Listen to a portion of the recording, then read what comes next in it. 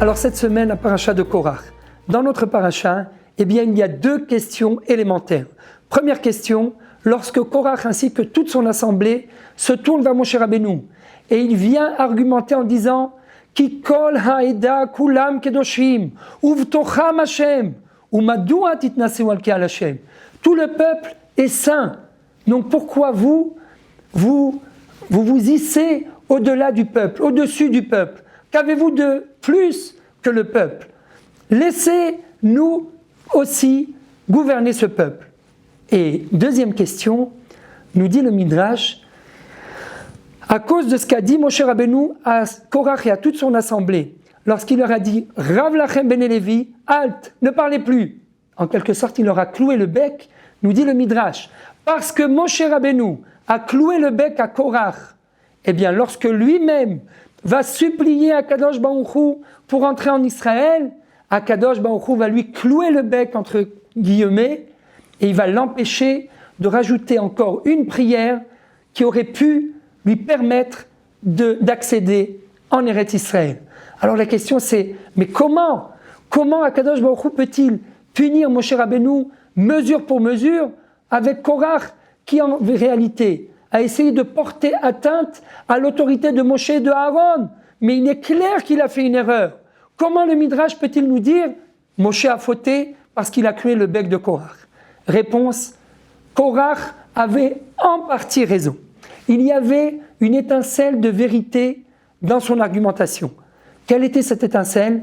C'est vrai. Lorsque on cumule les pouvoirs, eh bien il peut les emmener à la corruption. Et la preuve, c'est ce qui s'est passé à l'époque de Élie avec ses enfants, où les Kohanim achetaient la Keuna. Donc tout le monde était corrompu. Et qui est-ce qui est venu pour rétablir le tir, rectifier le tir? Eh bien c'est Shmuel Hanavi qui est lui-même un descendant de Korach. Comme on le dit dans les Chuneranena, Moshe ve'Aaron bechoanav ou Shmuel bekoreshemo.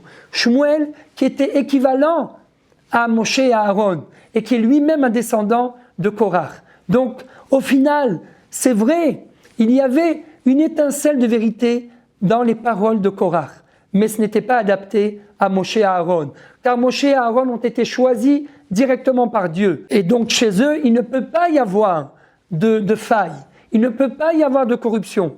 Mais, en effet, pour les générations à venir, on doit se garder de cumuler les pouvoirs, car ça peut aboutir à la corruption. Eh bien, en réalité, le message de cette paracha est simple.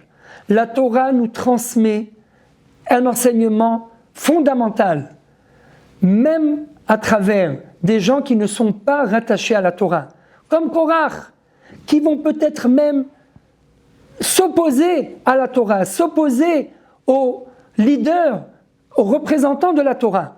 Eh bien, même cela, il faut être capable de les rapprocher. Il faut être capable de les accepter tels qu'ils sont. Comment? En étant un exemple. Pas en essayant de leur clouer le bec, mais en essayant de les rapprocher, d'être capable de discerner la partie de vérité qui réside au fond d'eux. Alors voilà, Bezrat Hashem, nous, à l'heure actuelle, on approche bientôt de la 7e année de Rosh Hashanah, cette année qui va être 5782, une année sabbatique en Israël. Eh bien à nous de représenter un exemple à la fois pour nos frères en Israël, mais également pour nos frères à l'étranger, et que Bezrat Hashem, tous puissent venir nous rejoindre ici en Israël, car d'ici un an, eh bien nous serons la majorité du peuple d'Israël en Israël. Donc venez nous rejoindre, une seule solution, le retour à Sion. Merci et Kol Tov.